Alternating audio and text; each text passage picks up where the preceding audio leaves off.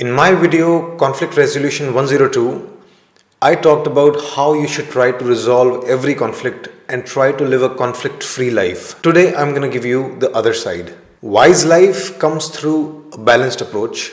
Extremes of any kind are not good. So, while I would always recommend that you should aim and try for a conflict-free life, I should also tell you that sometimes for some issues you should simply let it go.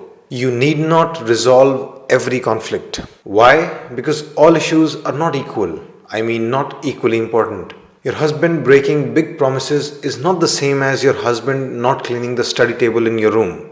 Technically, both are problems. Technically, both of them can lead to disagreements and fights. But breaking promises consistently is more serious than leaving a messy study table consistently. You can't treat them equally. You can't argue equally over both of those. Living together with another human being is actually very difficult. There are so many things happening in a marriage.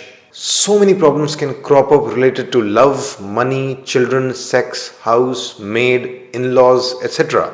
You can't give attention to every small issue. You'll need to learn the art of letting go. Actually, I think some blame should go to psychologists and counselors like myself only. Marriage counselors often talk about trying to resolve all issues, every small thing so it doesn't build up, not moving on until there's an understanding, etc. They sometimes paint a picture that it's possible to live a life completely conflict-free. I think I did that too in that previous video, but then I realized it's not the whole picture and it could be giving the wrong message. Balance is important. Today I am telling you that highest goal of a relationship is not to resolve every conflict. That's not the highest achievement. Highest achievement is actually being able to create solid positivity and friendship. If you learn how to do that, your marriage will survive and thrive. You'll live a decent life. If you don't know how to do that, you can try all the techniques of conflict resolution. You'll still remain very dissatisfied, disconnected and lonely. So many times the issue is very small. For example, the wife said no to going out with you, but made a plan with her sister and you didn't like it. Now you feel like, I should tell her that she shouldn't have ignored me like that. That's all you want to do. No big deal. You just want it out of your system and you want the wife to be on the same page as you. So you talk about it. What happens? She disagrees. She denies she ignored you. Then in that discussion, she calls you insecure. You get triggered. You say something back and things get a bit heated up. The conversation which you thought would be of 3 minutes go on for 40 minutes. After 40 minutes your wife is telling you, you made such a big deal out of such a small issue. How did I get stuck with someone who can fight for 1 hour over nothing? Yes, they exaggerate 40 minutes to 1 hour obviously. Well, you never planned to waste 40 minutes over it, but since there was no agreement between you two, it became a longer conversation. No one was ready to back down and both of you kept going. And now that you have argued for 40 minutes, it feels like a big issue. The issue was small, but the long conversation made it big. It took away a lot of positive energy from the day. Now you're tired, she's tired. You both go to bed in a bad mood. Unfortunately, most people are actually not good at communication around conflicts and negative emotions.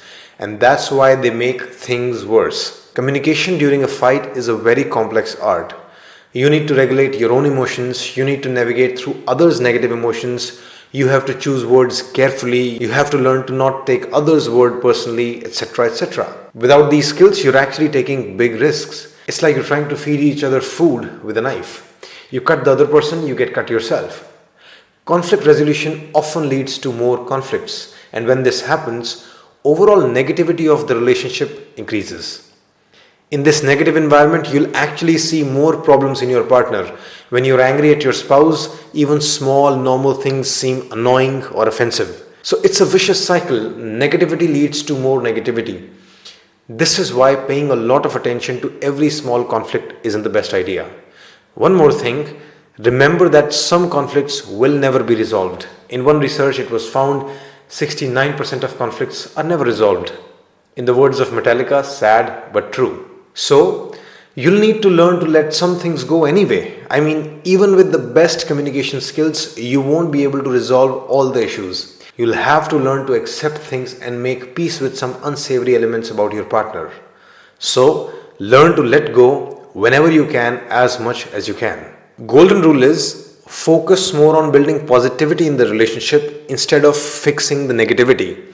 The more attention you pay to the negative, the more it will take over your life. That's it.